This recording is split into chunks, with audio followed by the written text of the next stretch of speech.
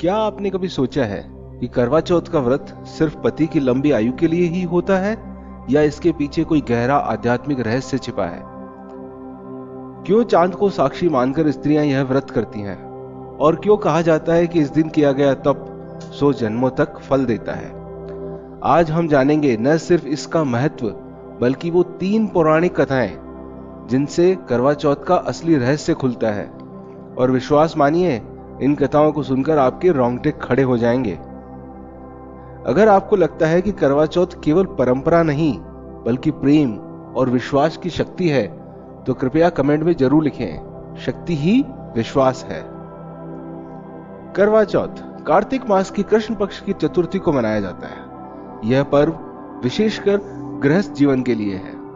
पति पत्नी का बंधन केवल देह का नहीं बल्कि आत्मा का बंधन है। कहा जाता है, जहां नारी व्रत करती है वहां यमराज भी धर्म बदल देते हैं। संस्कृत ग्रंथों में वर्णन मिलता है कि यह दिन केवल पति की दीर्घायु के लिए नहीं बल्कि परिवार की रक्षा, संतान सुख और गृहस्थ के स्थायित्व के लिए भी है। अब आइए एक एक कर इन 3 कथाओं में उतरते हैं जिनसे यह पर्व और भी जीवंत हो जाता है। तो चलिए जानते हैं सबसे पहले सबसे लोकप्रिय कथा, वीरावती की कहानी। बहुत समय पहले एक राजा की 7 पुत्रियां और 1 पुत्र था। सबसे छोटी पुत्री का नाम था वीरावती।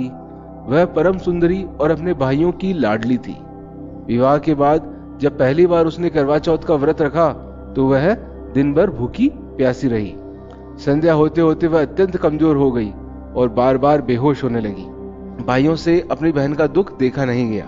उन्होंने सोचा, बहन भूख प्यास से मर जाएगी, क्यों ना इसे धोखे से ही चांद दिखा दें।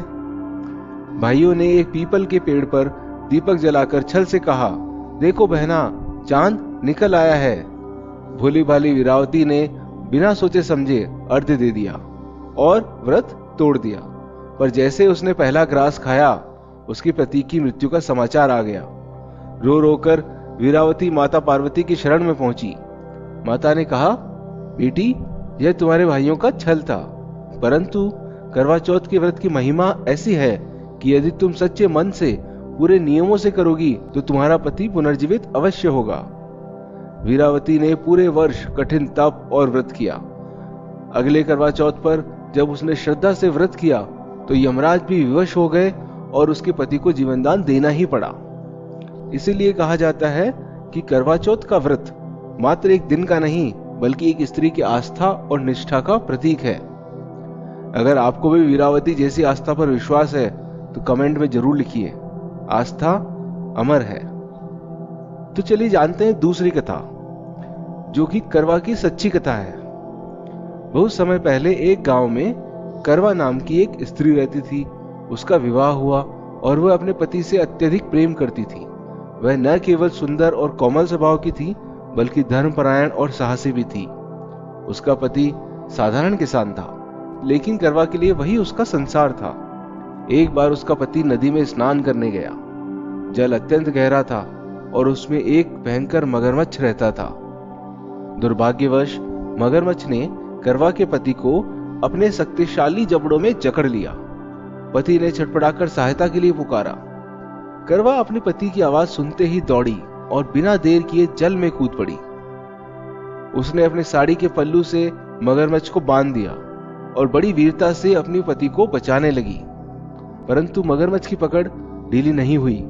तब करवा ने आंखें बंद की और पूरे विश्वास के साथ यमराज का आह्वान किया, हे यमराज, यदि मेरी सतीत्व शक्ति सच्ची है, यदि मेरा पति ही मेरा ईश्वर है, तो आज ही इस पापी मगर का नाश कीजिए और मेरे पति को जीवन दान दीजिए। यमराज प्रकट हुए। उन्होंने देखा कि एक साधारण स्त्री अपने सतीत्व के बल से उन्हें ललकार रही है। करवा ने बिना भय के कहा, यदि आप मेरे पति को जीवन दान नहीं देंगे तो मैं अभी अपनी तप शक्ति से आपको शाप दूंगी और आपके लोक को भस्म कर दूंगी। यमराज स्तब्ध रह गए। उन्होंने महसूस किया कि यह स्त्री कोई साधारण नहीं बल्कि पतिव्रता धर्म की साक्षात मूर्ति है। अंततः यमराज को झुकना पड़ा। उन्होंने मगरमच्छ को तुरंत यमपुरी भेज दिया और करवा के पति को पुनः स्वस्थ कर दिया। दोस्तों, यह घटना इतनी प्रख्यात हुई कि स्त्रियां कहने लगी, करवा जैसी पतिव्रता नारी बने और पति की रक्षा के लिए तप करें। यही कारण है कि इस पर्व को करवा चौथ कहा जाने लगा। तो चलिए जान लेते तीसरी कथा, जो कि है वृंदा और वेदवती की कथा। सबसे पहले वृंदा की कथा। वृंदा असुर राज जलंधर की पत्नी थी। जलंधर शिवजी के तेज से उत्पन्न हुआ था और अतुलनीय बलशाली था। देवताओं के लिए वह संकट बन गया था, परंतु जलंधर की विजय का असली कारण उसकी पत्नी वृंदा थी। वृंदा एक अत्यंत पतिव्रता स्त्री थी। उसकी तपस्या और सतीत्व के प्रभाव से जलंधर को कोई देवता मार ही नहीं सकता था। जब तक वृंदा का पतिव्रत अक्षुण्ण था, तब तक जलंधर अजेय बना रहा। देवताओं ने भगवान विष्णु से सहायता मांगी। विष्णु ने मायावी रूप धारण कर वृंदा का पतिव्रत भंग कर दिया। जैसे ही वृंदा का पतिव्रत टूटा, वैसे ही जलंधर रणभूमि में पराजित होकर मारा गया।